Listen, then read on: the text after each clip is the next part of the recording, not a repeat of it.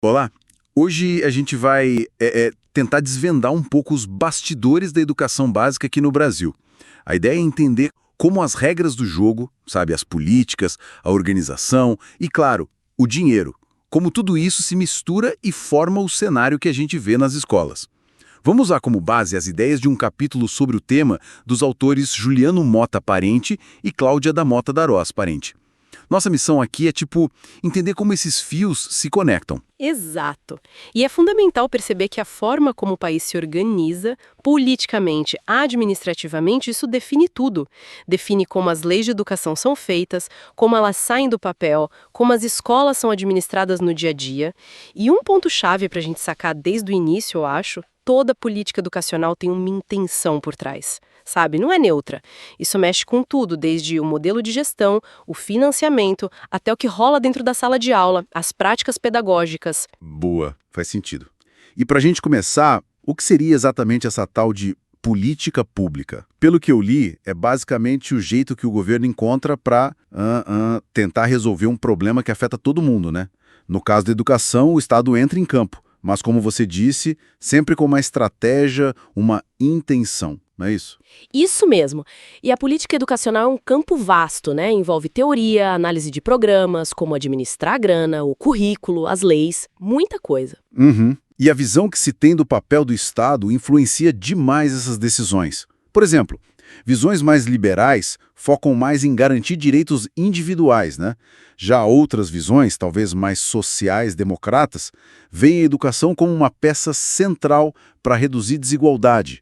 Uma política social chave. Entendi. Mas tem um alerta importante que o Saviani faz. Muitas vezes, as decisões sobre a educação acabam, assim, meio que subordinadas à economia. O que a economia dita acaba pesando mais. Ah, claro. A questão econômica sempre entra forte. Sempre. E vale também diferenciar políticas de governo, que são mais, digamos, do momento, mudam a cada eleição, daquelas políticas de Estado, que deveriam ser mais estáveis, construídas com mais debate, com base legal mais sólida. Falando em base legal, a nossa Constituição e a LDB, a Lei de Diretrizes e Bases, são bem claras, né?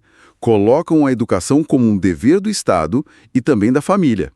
E definem que a educação básica, que vai dos 4 aos 17 anos, é obrigatória e gratuita na rede pública. Exatamente. E tem aqueles princípios que são a espinha dorsal de tudo. Igualdade para todo mundo acessar e permanecer na escola, ensino público gratuito, valorização de quem trabalha com educação, uma gestão mais democrática com participação e um padrão mínimo de qualidade. Certo. E a estrutura que a gente tem hoje é educação infantil, depois vem o ensino fundamental, o ensino médio e aí o ensino superior. Sem contar as modalidades especiais, tipo educação de jovens e adultos, a EJA, educação especial, indígena, quilombola. Isso. E para tentar organizar e dar o norte para tudo isso, existe o Plano Nacional de Educação, o PNE. O atual, que teoricamente vai até 2024, tem 20 metas bem desafiadoras. A ideia é articular o sistema todo. Aquela meta 20 é famosa, né? Aqui fala de investir 10% do PIB em educação. Famosa e ambiciosa. Muito difícil de alcançar, mas está lá como objetivo. Além do PNE, tem o Conselho Nacional de Educação, o CNE, que também dá diretrizes importantes. A Base Nacional Comum Curricular, a BNCC, por exemplo, veio do CNE. Ela define o que se espera que os alunos aprendam em cada etapa. Entendi. E na prática, quem é que põe a mão na massa para gerenciar isso tudo? Como se divide a responsabilidade? Bom, a gestão no Brasil é o que a gente chama de federalista. É dividida entre a União, os estados, o Distrito Federal e os municípios. A ideia, pelo menos no papel, é que eles trabalhem juntos num tal regime de colaboração. Tipo um time, cada um com sua função, mas jogando junto. Exatamente. A União meio que coordena a política nacional, dá assistência técnica e financeira. Os estados e o DF focam mais no ensino fundamental 2 e no ensino médio. E os municípios cuidam principalmente da educação infantil e também atuam no ensino fundamental 1. É um modelo que busca descentralizar as decisões.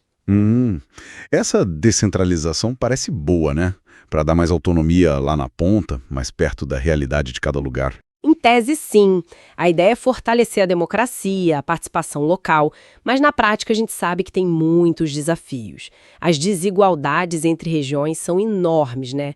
E muitos municípios pequenos dependem demais do dinheiro que vem de cima, da União ou do Estado. Falta capacidade técnica, falta estrutura. Imagino. E aí, a partir dos anos 90, principalmente com as reformas administrativas do Estado, entrou com força uma outra lógica na gestão pública, inclusive na educação, o tal do gerencialismo. Gerencialismo. O que seria isso?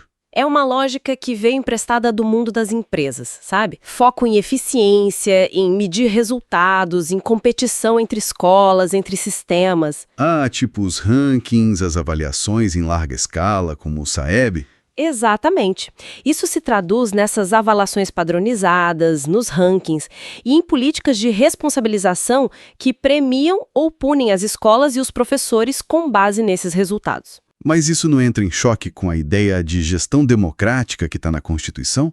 Aquela que fala de participação da comunidade, autonomia? Entra! Cria uma tensão enorme, porque a gestão democrática pressupõe participação, construção coletiva de autonomia, transparência nos processos.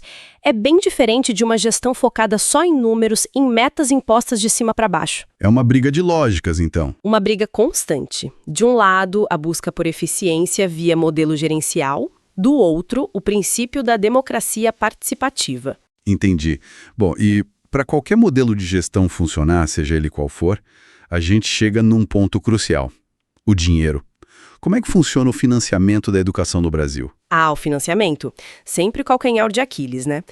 Basicamente, a gente tem dois mecanismos principais. Primeiro, a vinculação de recursos. Isso significa que a Constituição obriga a União, os estados e os municípios a destinarem um percentual mínimo das suas receitas de impostos para a educação. Quais são esses percentuais? A União tem que aplicar no mínimo 18% da receita líquida de impostos, estados, DF e municípios, 25% da receita de certos impostos e transferências. Esse dinheiro tem que ir para manutenção e desenvolvimento do ensino, o tal do MDE. MDE, guarda essa sigla. E o segundo mecanismo? São as políticas de fundos. Começou lá nos anos 90 com o Fundef, que era focado só no ensino fundamental. Desde 2007, a gente tem o Fundeb, que é bem mais amplo. Ele cobre toda a educação básica, da creche ao ensino médio, incluindo o EJA. E agora ele se tornou permanente, o que foi um avanço importante. Como funciona esse Fundeb na prática? Imagina assim, em cada estado e no DF se forma um fundo contábil. Junta-se uma parte dos recursos vinculados de estados e municípios daquele lugar. E aí esse dinheiro todo é redistribuído entre as redes de ensino estadual e municipais com base no número de alunos matriculados em cada etapa e modalidade. Tem uns pesos diferentes, sabe? Um aluno de creche vale mais que um do fundamental, por exemplo, para tentar compensar custos diferentes. Ah, entendi. Tenta ser mais justo na distribuição. A ideia é essa, reduzir as desigualdades de financiamento dentro do Estado. E o Fundeb é vital, especialmente para os municípios menores e mais pobres, que não teriam como bancar a educação sozinhos. A União ainda entra com uma complementação para ajudar os estados que não atingem um valor mínimo por aluno. Parece um sistema engenhoso, mas tem críticas, imagino. Tem sim, várias. Uma crítica comum é que o Fundeb, apesar de importante, ele basicamente reorganiza recursos que já eram da educação. Ele não trouxe tanto dinheiro novo para o setor como um todo, entende? Foi mais uma redistribuição interna.